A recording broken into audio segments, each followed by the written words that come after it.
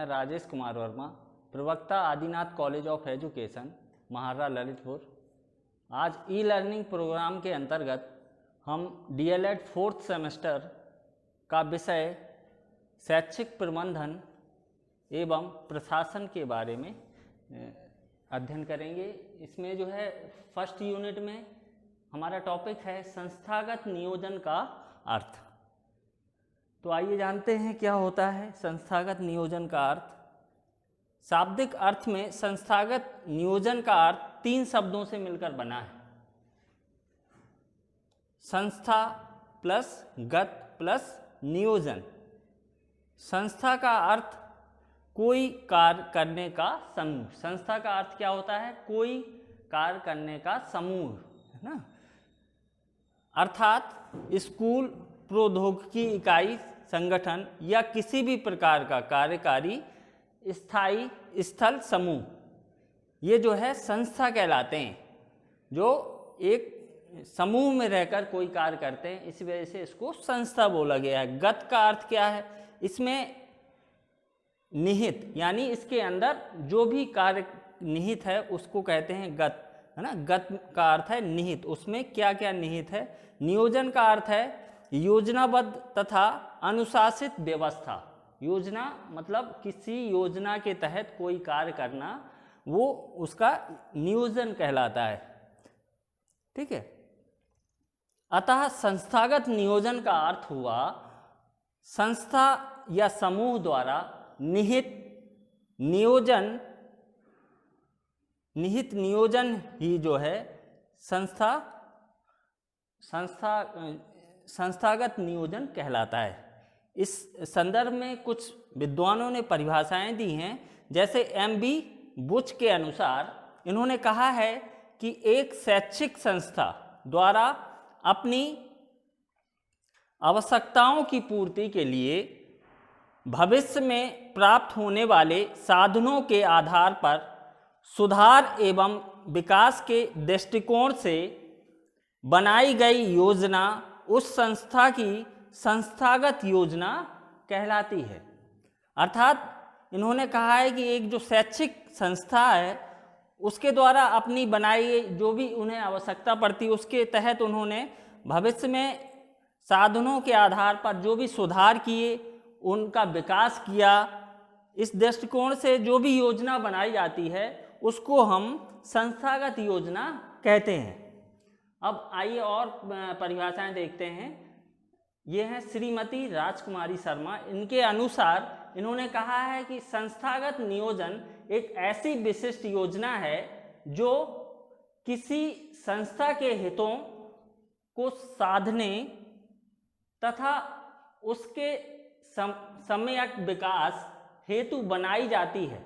मतलब उसके एक विशिष्ट योजना है, ये कह रही हैं, जो किसी संस्था के हितों, उनके हितों के लिए, हितों को साधने या हितों को संभालने के लिए बनाई जाती हैं तथा उसके समय पूरा संपूर्ण विकास हेतु बनाई जाती हैं और अंततः परिणाम स्वरूप इससे समाज तथा राष्ट्र की प्रगति की दिशा प्राप्त होती है। और जब इसका परिणाम आता है तो अच्छा ही इसका परिणाम आता है, जिससे संस्था की प्रगति हो सके, समूह की प्रगति हो सके, है ना। अगले हैं श्रीमती एन बरोलिया। इनके अनुसार इन्होंने कहा है,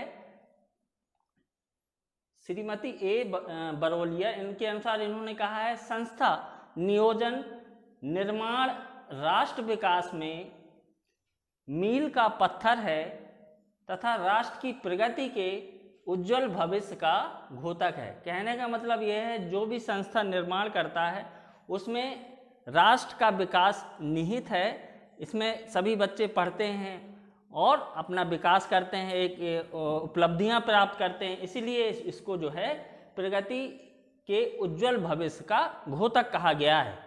आइए अब जानते हैं संस्थागत नियोजन की आवश्यकता एवं महत्व के बारे में। पहले हम आवश्यकता जानते हैं। आवश्यकता क्यों पड़ी संस्थागत नियोजन की? नंबर 1 है, कुछ पॉइंटों द्वारा हम इसको जान लेते हैं ताकि आसानी हो जाता है समझने में। नंबर 1 है, भूमि तथा आवागमन के साधनों की सुविधा अनुसार उपलब्धि के लिए। जो भूमि है उसमें जो है हम कोई संस्था बनाएंगे तो उसमें आवागमन की सुविधा के लिए हमें कैसे रास्ता बनानी है, ये सारी चीज़ें ये हमें उसकी आवश्यकता पड़ जाती है। संस्था की बिल्डिंग विद्यालय भवन की सुविधाजनक स्थिति में होना। हम संस्थागत नियोजन इसकी योजना बनाते हैं कि हमारी बिल्डिंग जो है सुविधाजनक स्थिति में कैसे रहेगी, इसलिए इसकी आवश्यकता पड़ जाती है। नंबर तीसरा है, संस्था के कर्मियों की संख्या तथा उसकी कार्य व्यवस्था हेतु।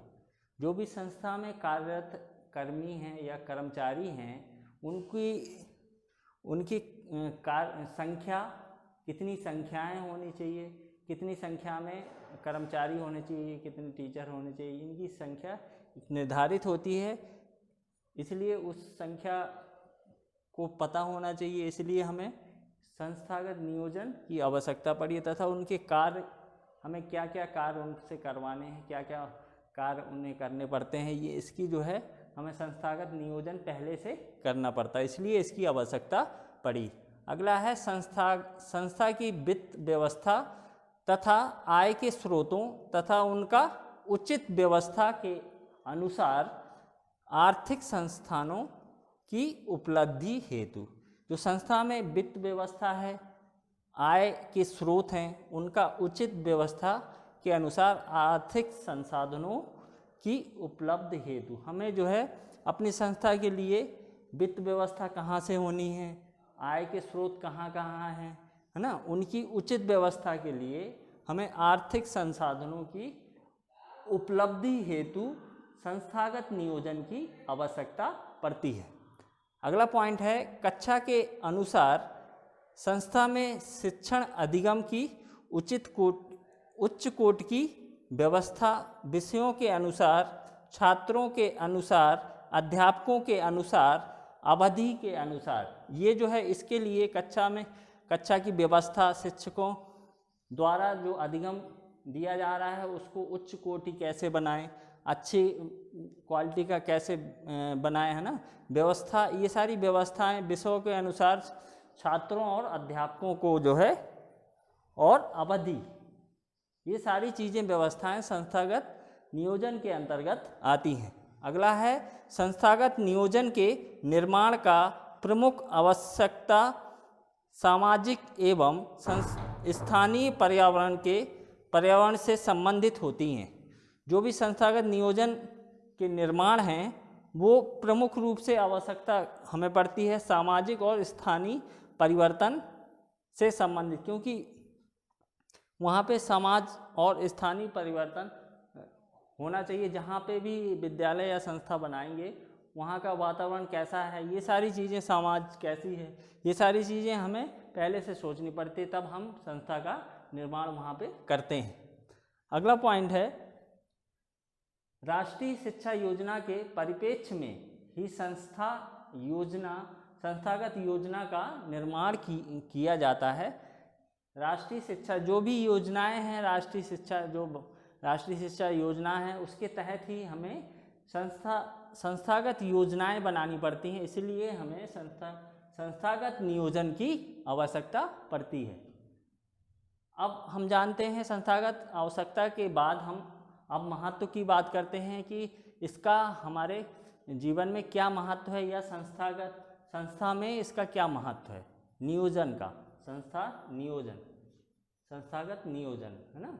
नंबर 1 है, किसी भी राष्ट्र की समूची शिक्षा प्रणाली को एक समान स्वरूप प्रदान करना, जिसमें समानता और क्रमबद्धता का भाव उत्पन्न किया जा सके।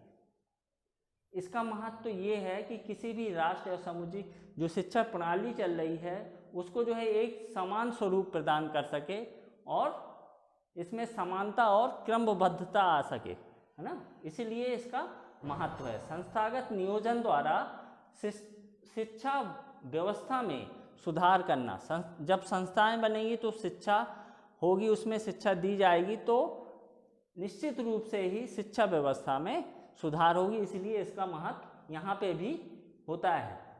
अगला है आर्थिक, व्यावसायिक, तकनीकी, सांस्कृतिक एवं सामाजिक आदि क्षेत्रों में उच्चतम नियोजन प्रदान करना, जिससे राष्ट्र का विकास हो सके।